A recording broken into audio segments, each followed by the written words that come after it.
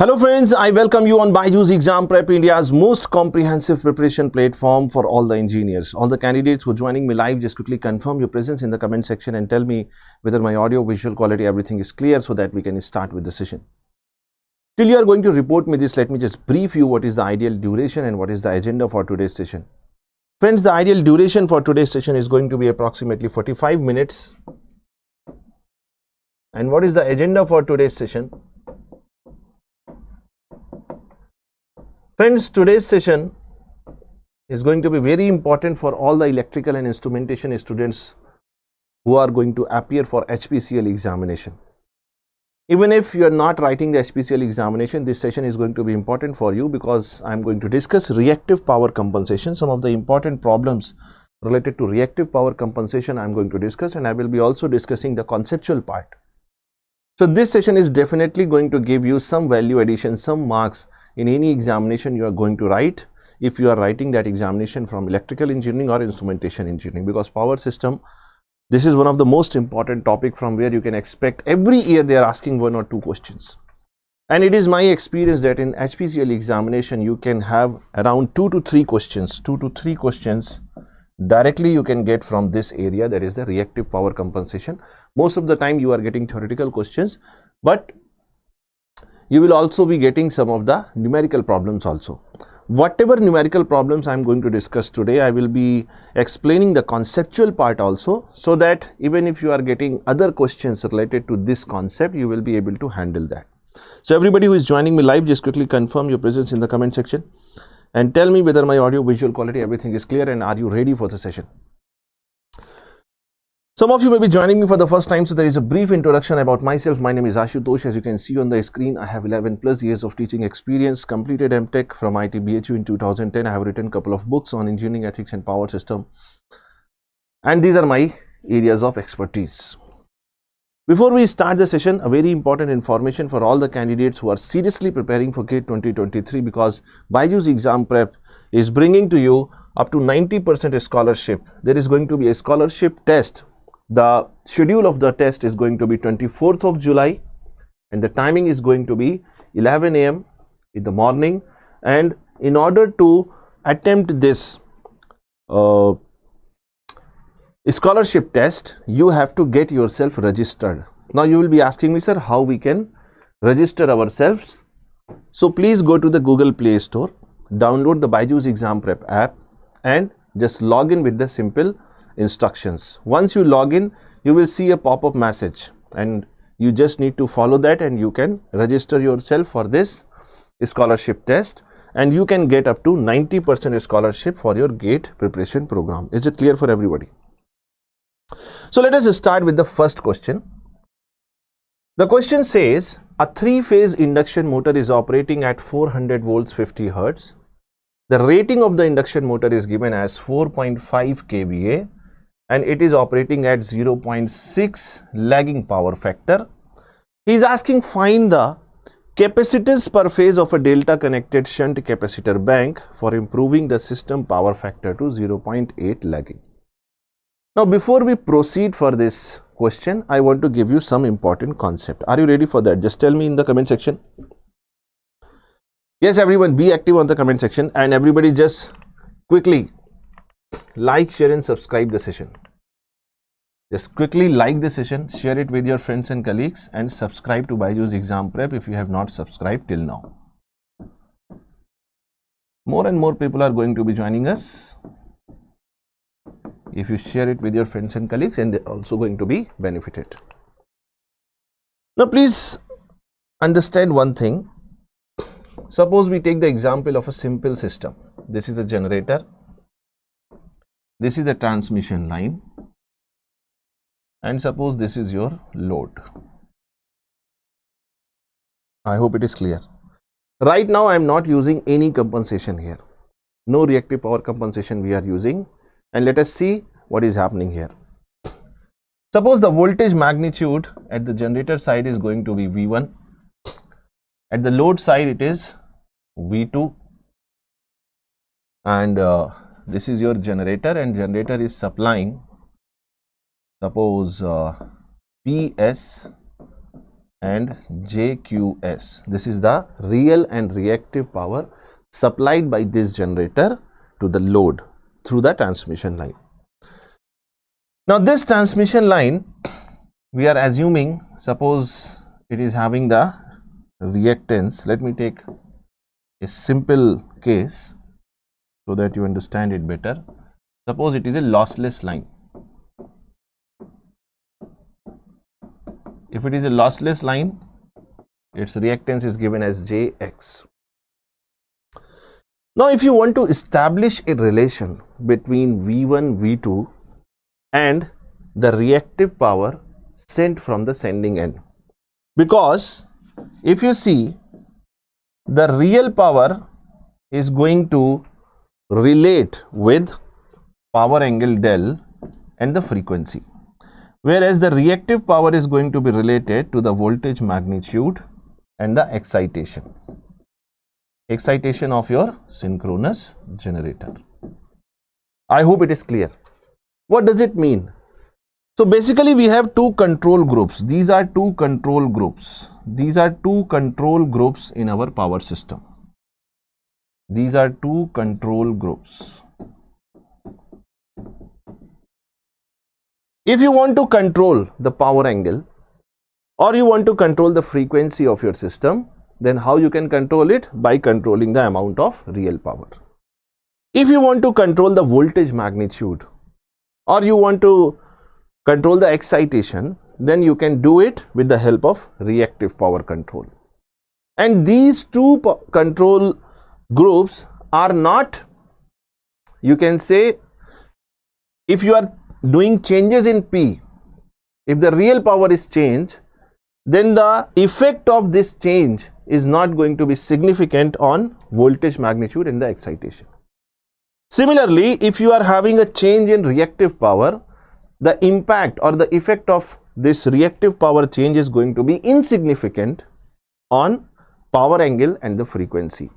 So these two control groups are separate. But my question is, why we are so much interested in the reactive power compensation? And the answer to this lies in the equation. The equation you get is V2 magnitude is V1 minus X QS divided by mod V1. This is the relation between the reactive power sent by the sending end and the load side voltage. If you are aware with this equation, then okay. If you are not aware, no problem. You can see the derivation part. We don't have enough time to discuss the derivation part.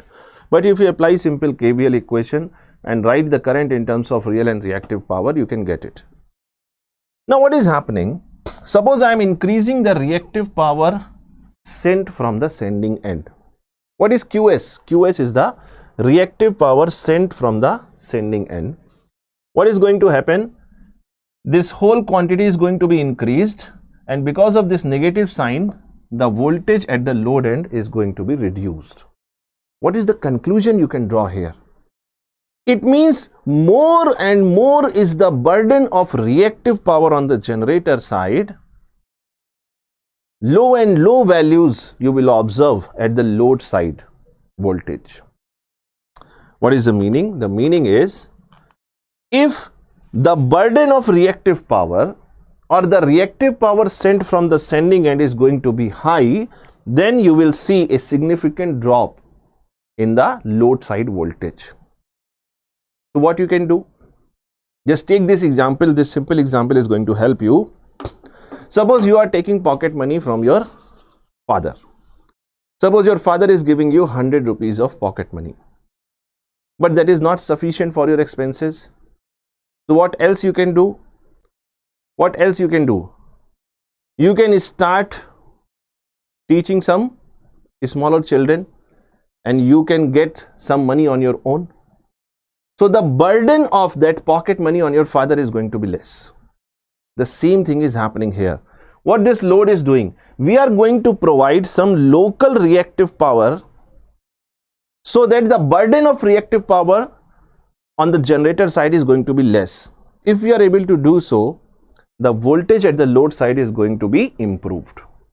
Are you able to follow this? Just tell me in the comment section.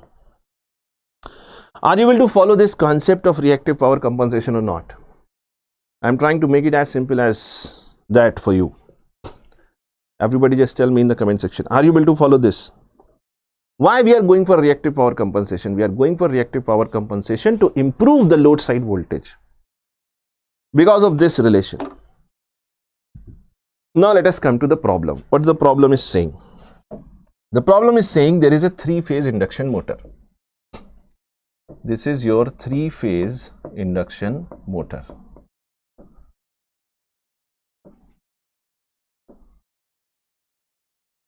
The rating of this induction motor is given, that is 400 volts, 50 hertz, 4.5 kVA. It is 4.5 kVA, 400 volts and operating at 50 hertz. And it is operating at 0.6 power factor lagging. It is operating at 0.6 power factor lagging. So the operating power factor is 0.6 power factor lagging. Now the question is saying we want to improve the power factor of this motor.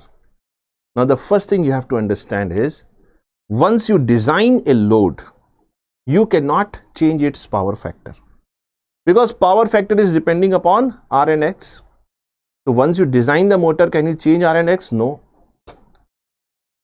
So power factor is not going to be changed. So what we are improving here? We are not improving the power factor of this motor. We are improving the power factor of the system. For example, suppose the same example I am taking, this is case 2 when reactive power compensation is provided, and suppose this is case 1. This is your generator, transmission line, load, and now you are using some reactive power compensation. Suppose you are using a shunt capacitor compensation. So now what will happen? Listen carefully. Voltage here is mod V1, voltage here is mod V2. I am just giving you a case. It is PS plus JQS, and suppose this capacitor is going to supply this much amount of reactive power to the system, and this is your load.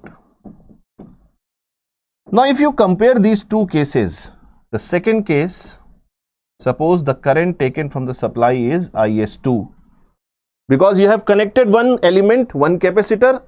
Definitely this element, this capacitor is going to draw some current. What is this current? This current is going to be a leading current, because it is a capacitor na, it is going to take a leading current. So this is going to be IC angle 90 degree if this is going to be the reference voltage. It means some additional current is being taken by the capacitor. It means the current which is taken from the supply is going to be changed. Yes or no? And here suppose current was IS1. So when you are doing the reactive power compensation, what you are changing? You are not changing the power factor of the load, you are changing the operating power factor of the system. You are improving the power factor of the system, not the load. Please write this statement in your notebook. It is very important. You can get a question out of this.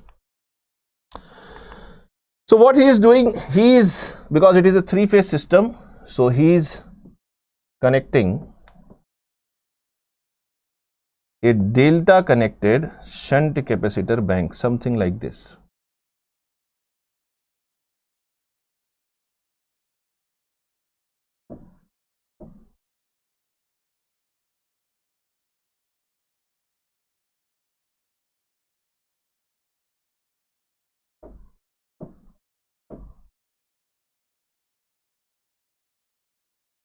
I hope it is clear. And suppose this capacitance is C. Now what he is asking in the question? He is asking in the question, what is the value of this capacitance per phase of a delta connected shunt capacitor bank like this? Are you getting the problem now? Now how to solve it? Now please understand. What do you know? Initial power factor is given. What is cos phi 1? 0.6. Final power factor is given 0.8.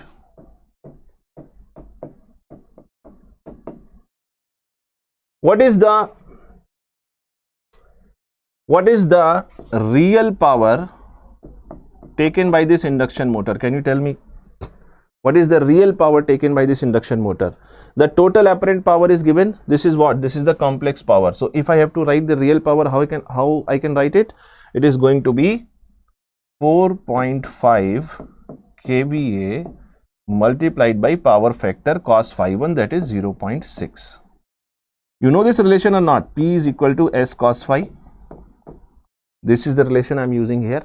Complex power is given, kVA power is given, power factor is given. So directly I can write the real power taken by this induction motor. Now, do you have a formula to relate the change in power factor with the reactive power supplied by this shunt capacitor bank? Suppose this shunt capacitor bank is supplying this much reactive power to the system. So do you have a relation? Yes. What is the relation? The relation is Q shunt capacitor is equal to P load. Load is what? Induction motor. So this is P induction motor. Tan phi 1 minus tan phi 2. This is the equation. I hope you remember this, you know this. If you don't know, then please attend my theory session I have taken on reactive power compensation. It is available on the same channel, BYJU'S exam prep playlist for power system. I have discussed completely how this relation is achieved. So you can watch my previous video. You can find it on YouTube if you are not aware. So if you put the values, what is going to be the reactive power supplied by this shunt capacitor bank? It is going to be 4.5 10 to the power 3 multiplied by the power factor. This is going to be tan. And what is phi 1? Phi 1 you can write from this. Phi 1 is going to be cos inverse 0.6. So this is going to be cos inverse 0.6 minus tan cos inverse 0.8. That's it. You just need to solve this value. The moment you are able to solve this reactive power supplied by this shunt capacitor bank, you can very easily solve the capacitance value per phase. How? How you can write this reactive power supplied by this shunt capacitor bank? Because it is a 3-phase. So just 3 times the reactive power supplied by one phase of the capacitor. So 3 times V phase square upon XC per phase. What is XC per phase? Can you tell me? It is going to be 1 upon 2 pi F capacitance per phase. Just put this value here. So you will be getting 3 times V phase square 2 pi F capacitance per phase. What is the only unknown here? Q shunt capacitor you have just solved. What is going to be the phase voltage? Now please understand, this is a delta connected shunt capacitor bank. Now for a delta connection, the line and phase voltages are going to be same. What is the line voltage given? The line voltage is given as 400 volts. So this voltage is going to be 400 volts. You know what is the frequency? It is 50 hertz. So what is the only unknown? Capacitance per phase. If you solve this, you will be getting the answer 10.44 microfarad. Everybody just tell me in the comment section, are you able to follow this? And if you have any doubt, you can ask me.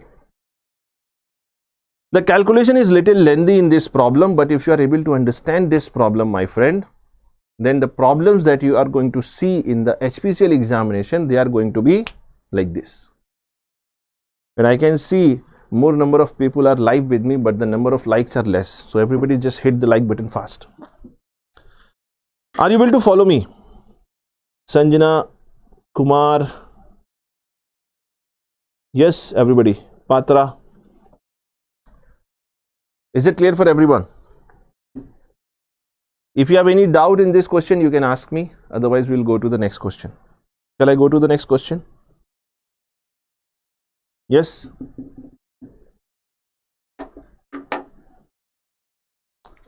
Yes or no?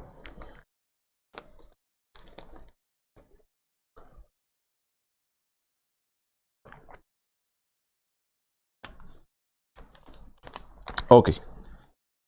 So let's proceed to the next question.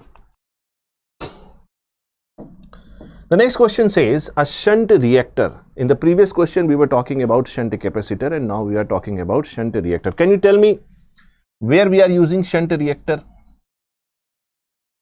Shunt capacitor we are using for the power factor correction, power factor improvement. Why we are using shunt reactor? What is the use of shunt reactor? Let me just give you some idea. This is your system. This is your lossless line. This is your load.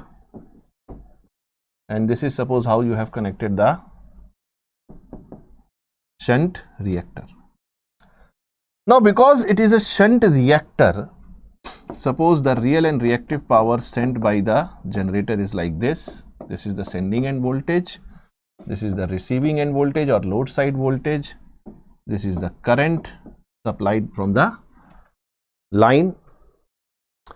And what this element is going to do? This element is going to draw a lagging current, and that is minus 90 degree if this is going to be the reference as 0 degree, because it is a pure inductor. Yes, Mr. Kumar, you're right. So basically what is happening, this shunt reactor is going to absorb reactive power from the system. Now definitely when reactive power is absorbed, I am going to give you a very important concept. Please listen to this concept. Suppose you have a node. Suppose this is a node in your power system, and this is the reactive power absorbed by this node, and this is the reactive power supplied, or let us say generated, at this node. This is a node. You understand what is a node? Where two or more than two branches are connecting, that is what we call as a node. At any node in your system, this is the reactive power absorbed and this is the reactive power generated. So we have three cases. Number one, if Q generated is equal to Q absorbed, then the voltage magnitude is not affected, no change. Second case, if the reactive power generated is more than the reactive power absorbed, it means there is excess of reactive power, then the voltage magnitude of this node is going to be increased. Third case, if the generated reactive power is less than the reactive power absorbed, then the voltage magnitude of this node is going to be reduced. This is very important conclusion, and you can use it in number of cases, number of problems you can use it, and you can solve the questions. So what is the basic idea of using this shunt reactor? We want to control or reduce the voltage at the load side. Now you will be thinking, why we want to reduce the voltage? Generally we want to increase the voltage. So this shunt reactor is basically used as the over voltage protection device, or some people are also calling it as Ferranti effect control device. What is Ferranti effect? At no load or light load condition, the receiving end voltage becomes more than the sending end voltage. I hope you know this phenomena. In order to avoid this situation, we are using the shunt reactor. Is it clear for everyone? So now see what this question is saying. This question is saying the shunt reactor connected to a bus, its rating is given. It is absorbing 100 MVAR of reactive power.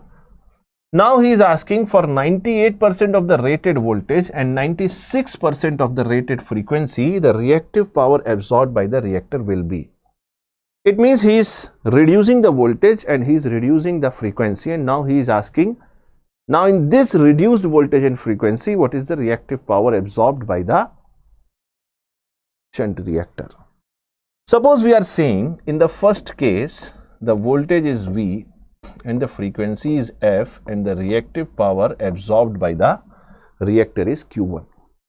In the second case, the voltage is reduced to 98%. It means voltage has become 0.98 V and the frequency is reduced to 96%, so it will become 0.96 F, and suppose the reactive power absorbed by this shunt reactor is going to be Q2. How we are going to write the reactive power absorbed by this shunt reactor? It is very easy. The reactive power absorbed by the shunt reactor is going to be, if it is a 3-phase, you can multiply by 3, and if it is a single phase, you can directly write it. It is going to be V square upon XL. Now, what is this XL? This XL is going to be 2 pi F L. Now, 2 pi is a constant, L we are not changing. The only variation is in the voltage and the frequency. So, can I write this relation? Q is directly proportional to V square upon F. Just use this relation and you will get the answer. Can I write Q2 upon Q1 as V2 upon V1 whole square, and this is F1 upon F2. What is V2? It is 0.98 V. What is V1? Simply V. What is F1? It is F. What is F2? It is 0.96 F. If you solve this, I think you must be getting somewhere around 100.04 MVAR. Is it clear for everybody?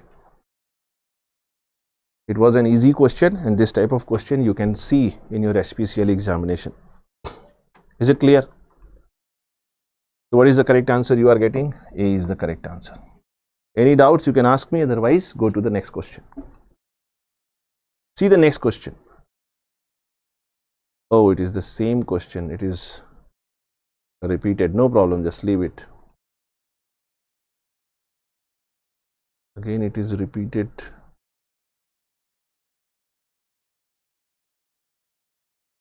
No problem, just ignore that. I don't know why it is repeated. Maybe my fault. See this question. He is saying there is a 3-phase induction motor whose rating is given as 500 horsepower, having the 90% efficiency, and the operating power factor is given as 0.8 power factor lagging. He is saying a loaded 120 kilowatt synchronous motor is connected. Loaded 120 kilowatt synchronous motor is connected so that overall power factor becomes unity. He is asking, find the power factor of the synchronous motor. Now, first thing you have to understand is that this question belongs to the synchronous phase modifier. What is synchronous phase modifier? Let us try to understand.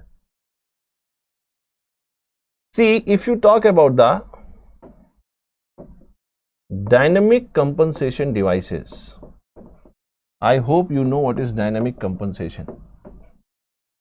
We have a static compensation. What is a static compensation? Shunt capacitor, shunt reactor, series capacitor, where the amount of compensation is going to be fixed.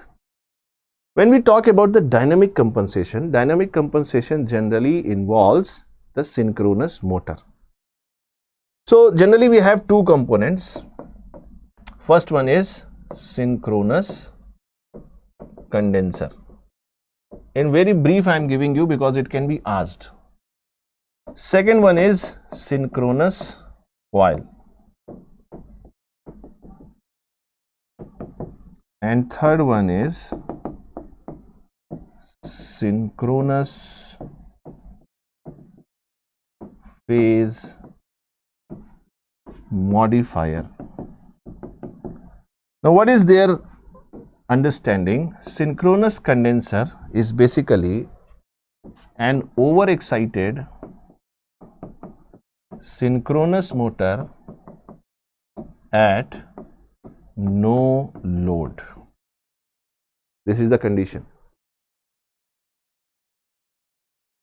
No, my friend, you cannot use that particular equation here because this question is not dealing with the static compensation. It is dealing with dynamic compensation, synchronous phase modifier or the synchronous motor. Let us see. The other one is synchronous coil. Synchronous coil is under excited synchronous motor at no load.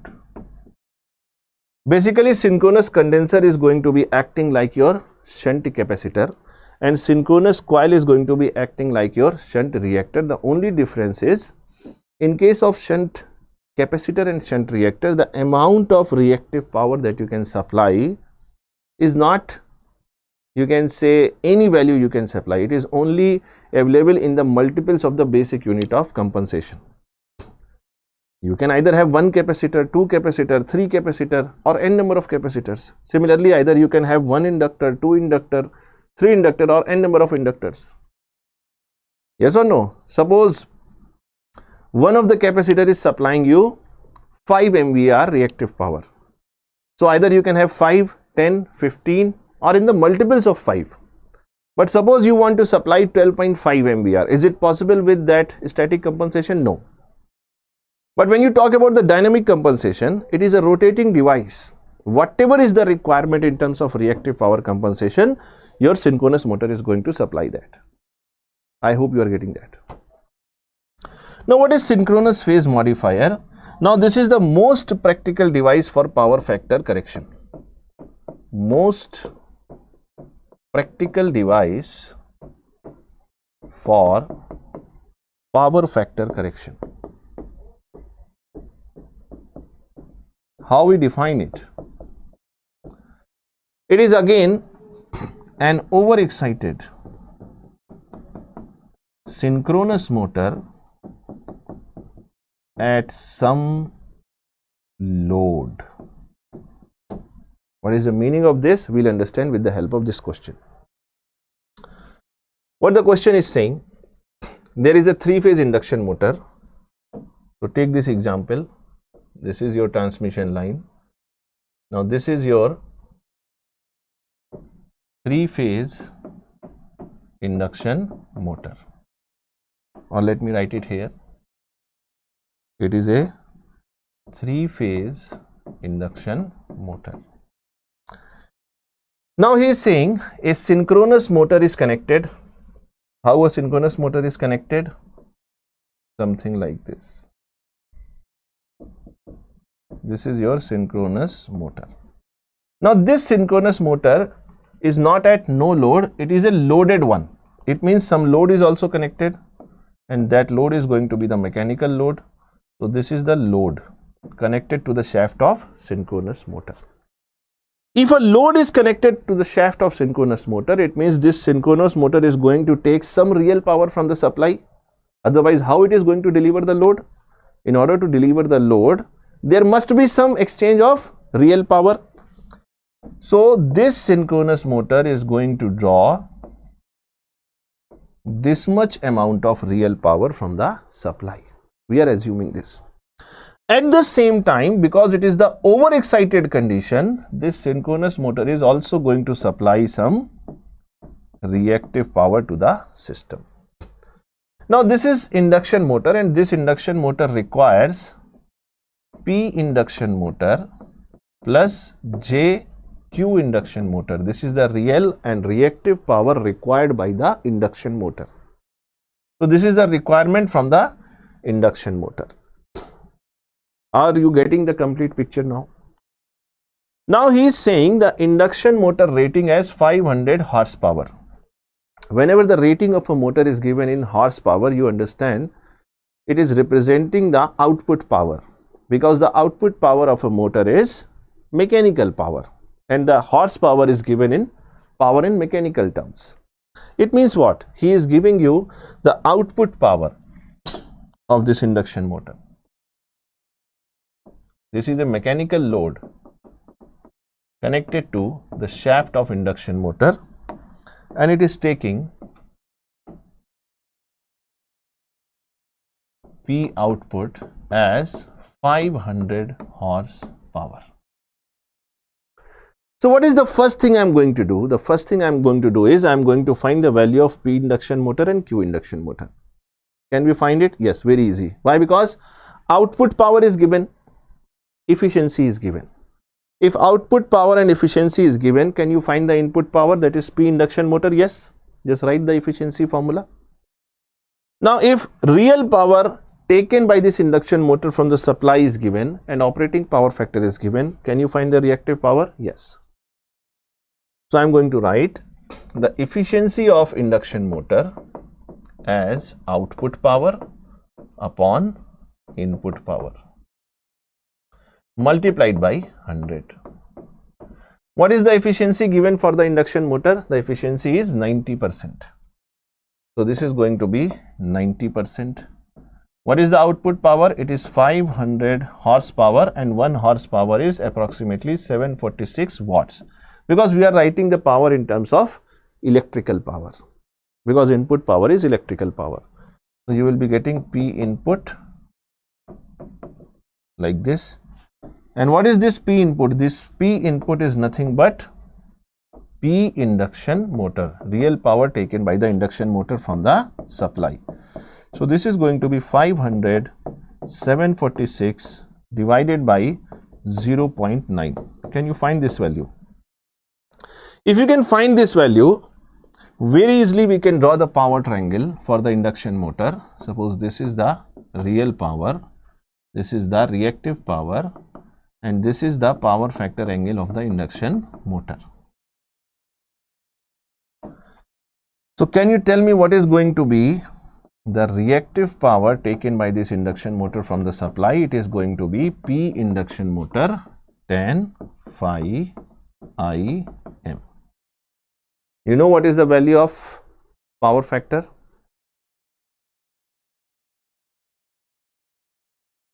See, you can use 746 until and unless the value is mentioned in the problem. Okay.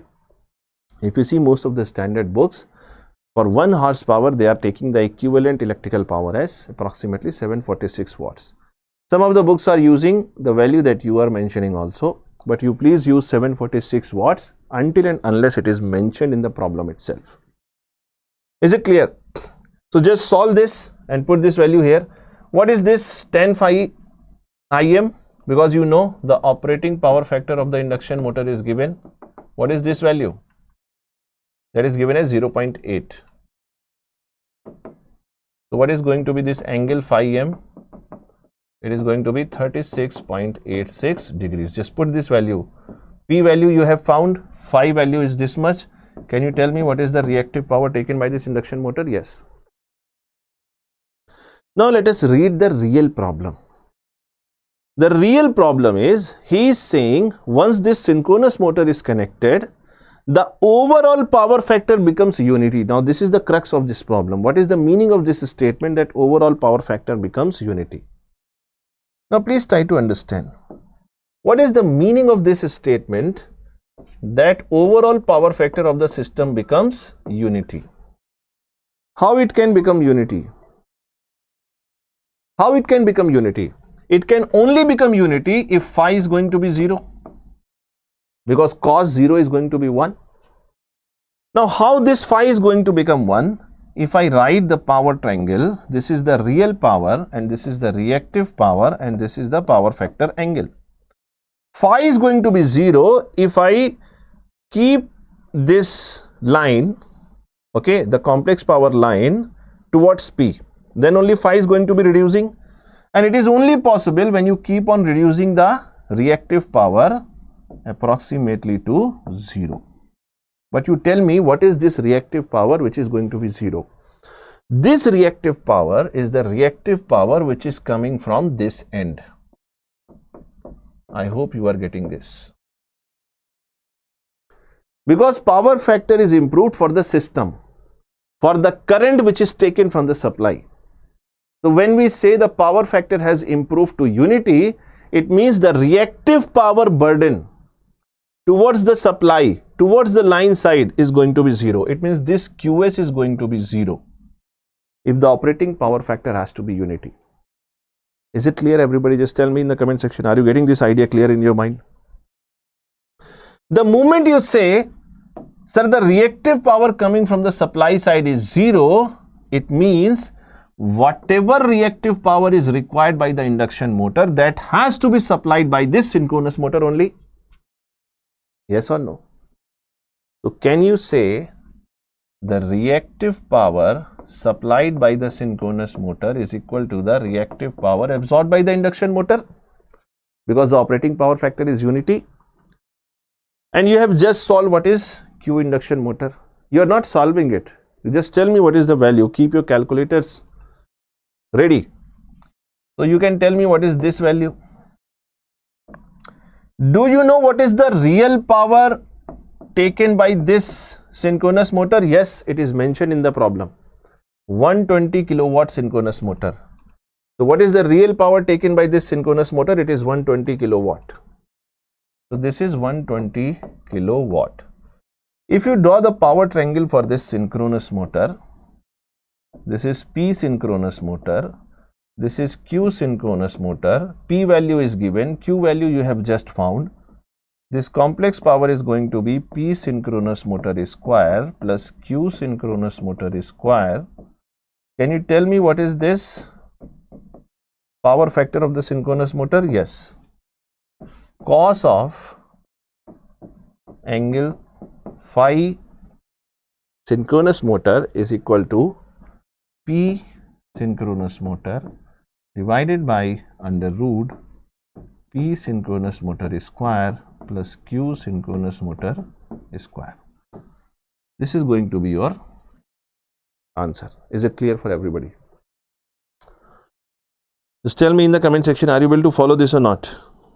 Very important question. Lot of concepts we have discussed in this question, and even one statement that I have discussed can come as part of your problem in the HPCL examination.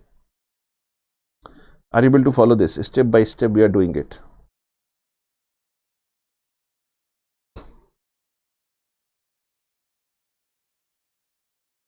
Is it clear? So you just solve these values and put it, and what is the answer you will be getting. Now there are two confusions here. The first thing, you have to get the magnitude of the power factor, and at the same time you have to tell the nature, whether it is lagging or leading. So what is going to be the answer? Lagging or leading? I think you must be getting 0.36 leading. Why it is leading? Because it is overexcited condition. Is it clear for everybody? Just tell me in the comment section. Are you able to follow this? Is it clear? So let us stop here. Some question I have missed. I don't know how, some mistake from my side, typographical mistake. But when we will be connecting in the next class, I think that is going to be scheduled. You can see the schedule.